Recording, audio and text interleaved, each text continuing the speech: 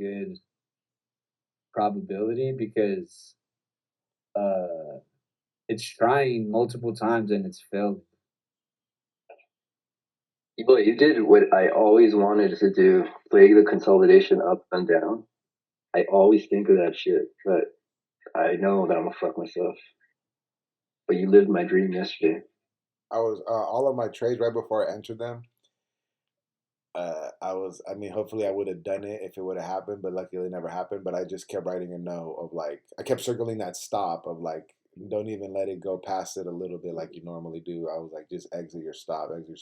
So it was more like I did feel like I was taking extra trades, but it was more because I wanted to make like emotionally practice that. I'm like, why do I always let it go past the stop a little bit?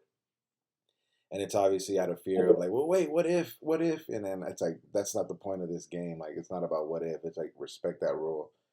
And So you're kind of like forcing your brain to like respect the stop yeah, and I stuff wrote like that that. literally. I have 4 trades that I took down, and like I was emphasizing that no, like respect your stop. Like even if you, I don't know, I get, it's not like I know how to predict of like, oh, what if it reverses here, or it still might. It's like you don't even know what that's maybe is. So just respect your stop. Right. Like I don't have enough I was data to remember to know. I've seen this before, so even though it goes past my stop, it'll be a little bit, and like I'll readjust. It's like no, you don't even know how to do that yet.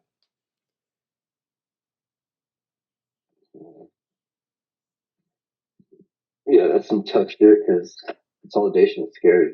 Because at any point it could break up or down and just completely wreck you. But notice how price dropped all the way down to 60.90, and then it rallied back up to the bottom of that the first consolidation, what are you and then looking at? and then on Friday's chart, and then it rejected again. Say that again? Uh, After the consolidation and at market open, it dropped all the way to 60.90, and then rallied back up and rejected at the bottom of that first consolidation. Like 6105, 106? 6103 around there, like where the resistance, where the support is, or whatever. The consolidation. Oh, It's that like doji at candle. 8 something? Yeah. No, 10 something. The doji candle. 1020. It ends right at the doji candle for me, and then that red Oh. candle. Oh yeah. Then it Um, rejects it. but it also did it around 8, and that looks like a G almost. Oh, that's true. Yeah. Good. I was gonna say though, I was paying attention to this in pre-market, and I wanted to take it, but I can't break my rules. But I liked how this large seller was failing, and we had this. You can't see it as good here, but it was like 1,000 lots that had formed off of the news here, and then a large seller tried right here. It was like 627 lot, and then this one. Why doesn't it show it anymore? 1,000 lot seller right here, and then right before the open, it pulls back, and then just aggressively, it's bought up there. Um, but it was right at the open. I couldn't take it. One day, I took one a day. trade in the first 7 minutes, but nothing happened. I didn't win or lose. I just got out, and then I got out at the worst time because it literally took off as I got out. So you like identify why'd you enter? I entered because there's an outlier that I noted at 6101. And then also, yeah, this week I was dealing a lot with zooming in and zooming out and finding outliers depending on where I zoomed in at. Oh, that too, dude. That too. I don't know about you guys, but the zooming in and out of bookmap, I fucking stopped doing that. I don't go past the 15 anymore. I It just fucks me up. it creates too much noise on the smaller time frame for me. And then when I zoom out, I see things completely different. I'm just like, what the fuck am I looking at? So I would suggest, I mean, do whatever works for you, but I would suggest if you're zooming in and out all the time, find a sweet spot time frame that you can read, because if it just filters out all the noise, you're stuck on one time frame, and then you can see your setups play out in that time frame. That's how I've been seeing my setups play out on the 15. It's always on the 15. Even after So you enter zoom in? what? Me? Even after no, I don't zoom in after I enter either. I never go past the 15 anymore. I feel like I've done it to the 15, and I just feel like there's maybe certain things I can't read. Maybe I'm not supposed to read those things. Like you said, maybe it's causing too much noise, but I'm just kind of like, I can't tell what it makes Yeah, me feel like I can't tell what it's doing because I can't really see what's going on in there. yeah. I mean, the 15 might not work for you. The 5 minute might work for you. Just do whatever works for you. But I'm just saying, like, zooming in and out will fuck my mind up. So maybe it'll fuck your mind up. Hmm. So pick like the 5 minute or 10 minute, whatever, and then just like stick with that. So you're But you can saying, zoom in. You can still zoom in to like look at the details, but I don't. But look, I Elo, just feel even like. here, I feel you though. Oh, also zoom back out again, Eric. Zoom back out to where all those lines were. I am out. I'm out as much I as think No, it no, no, is no, no. the I mean, COB. zoom in. I mean, The COB is what brings the lines back in. If you zoom in with the mouse on the COB. yeah, that. See, I never let it get to that. Mine's always black. I don't like those lines. It's too much noise. It's always like that on the 15. I never get it to those lines. And I feel like I see clearly. I can read it a little bit better. But I just don't have it all the way out, but I'll have it like it's still the 15, but it's like a more zoomed in version of the 15. And so because it's Yeah. taking me some trouble finding like those outliers depending on how much I zoom in, um, do you say because obviously there's times where I find an outlier and you guys saying you don't see it maybe because of where you're zoomed in at. Would you maybe not consider that as an outlier then if it's making me have to mess with it too much to even find it? We pointed that out last week, actually. I think when you weren't here, where we said like when an outlier presents itself, you shouldn't have to search for it. It's right. like significant and it's there. Like look at this 1,000 lots. It's there on the 15. I don't have to zoom in. I don't have to zoom out. Like it's specifically right there. But it never came back down here. Whereas yours were on the 15 and I don't see nothing that sticks out to me here. Yeah, I must have been zooming out like crazy. Also, see that outlier right there on the 15. If I zoom in too much, I might forget that that one's there. And then if I see another outlier, I might go with that one when this is the real outlier.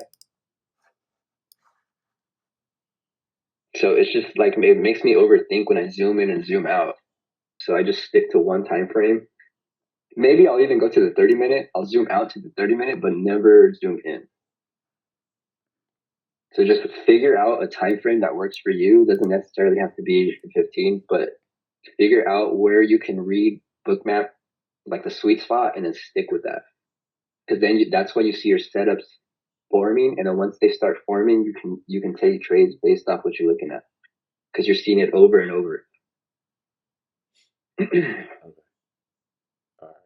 Yeah, right here at 6:45, I got out like at 6:45 exactly because it didn't look like it was breaking the high of day, and I was like, and then a rule that I was trying to set for myself is if it doesn't take off right away, then it's probably not the trade. Try to find a reentry, and so I broke even right there at 6:45, and then as you can see, it fucking took off. I On think break that's even, go for. I was just gonna say once you're in the trade, try like obviously you want to do trade management, but I would say like if it doesn't hit your stop and this, I personally wouldn't exit. Like if I seen this and it was coming down, I'd just wait for my stop, like disobey the setup. And look at if that was your outlier, look at the pull, look at the rally off it. It's not good at all, you know? We were just talking about that. The rally has to be at least 6 or 7 points up and then drop down. This was like what, 4 points or something like that? Well, I entered at my outlier was at 6101, and that's like a 10-point Oh, rise. 51. Oh, okay. Never mind. I thought it was that outlier. Oh, never mind. I made like $1 off that trade. I didn't count it. Wait, Oh, where'd my you exit? What'd you say? Where'd you exit? At 645, like right there where it wasn't breaking high a day, I was just kind of like, I don't think it's gonna work. It was in my mind, I was more like, I don't think it's gonna work out. I'm just gonna get out. Yeah, it didn't even come back to my stop, so that was dumb of me. Yeah, that was. What were you gonna say, Gabriel? Break even trades, they still charge you commission, huh? Yeah. So it's not really break even. Damn. See, and then that's another thing where I gotta like, yeah, that's a sign of getting into real money, just because I don't even know about fees like that yet. Stuff that y'all be talking about. Yeah, you get charged every time you press the buy and sell. 174. A full Yep. trade. I got back in. For- Oh, I got in a trade right there where I made the most money at 703. I entered at 6105, and my stop was 6103. So Right from here? 703 to 711. What was your stop? 6103, which where's my screenshot? I'm trying to remember why. I entered right here off the same fucking thing where I said just because it tapped rather than waiting for an actual sign.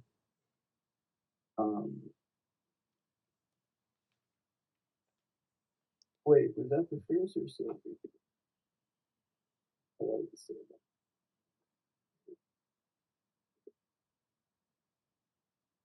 So when the market came back right here, I entered, but there was no real sign of buyers. I just entered because it was holding this large seller here, and we had this large buyer here, which I need to stop doing. That's that shit I hate that I've been doing lately.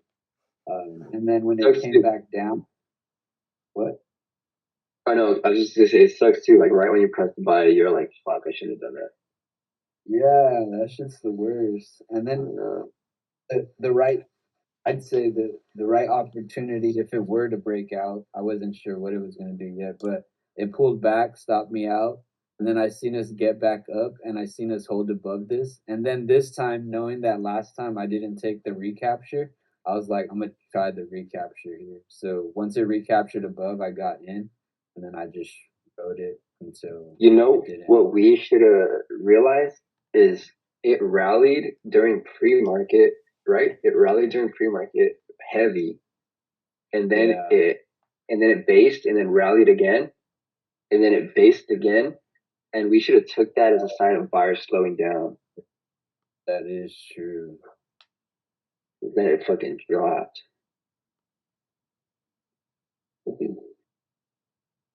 I didn't even consider that a base down. I didn't even consider that either. I just looked at it right now. I didn't think of that at all. See how it broke yesterday's high, and then it came down. Oh yeah, it happened again. See, High, although it consolidated a bit above it, it eventually broke. And look, it fell right at yesterday's high too. so ES has a character. So ES has a characteristic of it just likes to break yesterday's highs and yesterday's lows for a quick little amount of time, and then it recaptures the levels or whatever. So what pattern have y'all Unless, found out when it breaks the yesterday high or low for just a little bit? But what if it just goes way past it, like breaks out? I was It could gonna absolutely say, do that. unless it breaks out, even then you could see it as like if it pulls back and say this was a demand. Even in this situation, say it was a supply zone, it takes off and then it pulls back, and this is also all-time high. Plus, it's yesterday's high. You could almost, if the push up was more aggressive, like say to 6113, and then it pulls back and it holds above, you could take that as an opportunity long, or it may even dip here and then recapture above and then take off. Just it's not like definitely take a trade off of it, but if there is outliers there and setup It's forming, just a, like it's just a layer of consider, confirmation. yeah,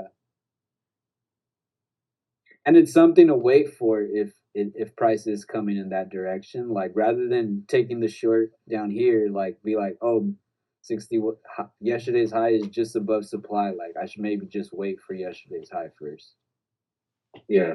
Or we're down here and yesterday's low is far as like yesterday's low is really far, but you're seeing the market bullish. You can almost even be like, damn, we may pop up to hit yesterday's high from down here and then have that as a potential target too. Yeah. It's just Here, dependent on what the market is compared to where yesterday's high or yesterday low is and the key levels. yep. Just take note of that and just like observe yes past days and get in that mindset. Just making it a Yeah. routine. I think that comes a lot in pre-market, your pre-market creation, like just being aware of where yesterday's high, yesterday lows was compared to your key levels. Yeah. That into consideration when you're creating your pre-market point. But we can even see here that since the buying isn't strong, SVP build up. Now, if say we were to reverse our perspective and be like, nah, buyers aren't working. Here, you would want to see either a break under supply or a break under this SVP with some good aggression and then a pop back up into it, like I had the trade I had taken last time. See how it's breaking under here? Mm-hmm. Now you could wait for a pop up using this possibly 6105. I'm not sure though, I'm just saying. But it looks like it may work. Yeah, all of my trades were calls, and they were all around 60, 105, 106, and 107. See, You like know it's cool. you know what outliers you're looking for. It's just like really honing in on what is the right setup. You know what's cool too? That means you're learning how to read the charts because you realize that around that area where key was a key zone. Yeah. So you realize that and you took trades based off that, which is I mean, you're not supposed to do that with consolidation, but you were able to read, oh, this is a key zone because it keeps testing it and respecting it. Mm-hmm. So you're able to read that. So that's pretty good. And And it see also here, rejected off the run. it broke that SVP and some people may chase that breakout, but instead the smarter thing to do is let it break, pop back up, failed at the SVP, plus we also have these large outliers here. So that's a good spot to have your next or the resistance of where you want price to reject, and it clearly rejects to the downside with aggression. That was an A+ setup in there. Yeah. And it's Yeah. later in the day, of course. I think the holidays just makes the market all fucked up. Yeah, for sure. Because it started in October. Yeah. Markets just chugging. Even if you look at it from like a 90-day, you could kind of tell that the market's just been like slowly just chugging up.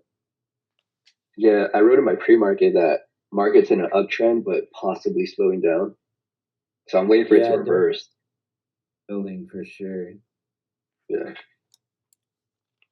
That's Yeah. Tight. basically it. Yeah. All right. So what are Stay locked. Stay locked in. what's the after hours conversation gonna be about? Because we tend to have them. This Yeah. guy. Oh, well, it could be about don't forget that The monitor needs an extra HDMI cord. Oh Right. I usually end up buying one from Amazon, but what is it? Both ends are HDMI, or just your monitor Well, has the HDMI part? yeah, I think find it. It depends what you're connected to. I think. That's right. I gotta just find the adapter for the Mac. Yeah. Cool. Oh yeah, that's what I'm using, an adapter. Yeah, I'm using an adapter too. I just realized that. Cool. We need an adapter and an HDMI. Yeah. Hopefully that motivates you to like one trade a little more. Because it's a clean monitor, man. I think you'll like it. When you going live, either? Definitely at the beginning of the year. Yeah, the first day of the year, bro. Whether that be options, I mean, I got to take the rest of this month to figure out if I'm gonna go on to NinjaTrader and like I'm just figure that plan out. Do it, bro. Do it. Yeah, I think you'll save The thing I like about NinjaTrader too is with futures, you know the exact amount you're making and losing. With options, you don't. Yeah, and even with the journey, you have to like do the math for the where you entered, and like it's just bullshit. With futures, like you entered exactly where the price was. Can y'all do me like a small favor and like I don't know, one of the days record what your session looks like, and then I just want to see what that program operates like. You don't even have to talk or anything if you don't want to. I'll like. Or even just a trade process, like just one trade of like what that looks like, and then how you're able to. Because the way you guys say you know what you're gonna win and lose, like I just wondering what that looks like. I mean, I think we can do that right now. Paper trade. No, the market's closed. Oh, you can't even take a paper trade? No. I thought you could trade whenever on futures. I think the market's moving. Okay. No, or next time or whatever. Tell it to fucking open. What the fuck? They're supposed to be making it 24/7, but for stocks. Shit. I could record it, Eli. I'll just record my screen from my phone. Cool. It's exactly the same as options, only you press buy when you want a long and you press sell when you want a short instead of pressing buy for both. Yeah. It's more straightforward. So yeah. I'm sure I could find also a YouTube video of someone doing it. I'm just being lazy and asking you guys. I mean, Eric can do it. Tight. $10. $10. You see what Eric always comes with that shit, bro. On top of the shipping fee. It's because I'm not profitable yet, so I need to make the money somewhere. I'm like the only guy that ever gives you money, Eric. I need a beat. I need money.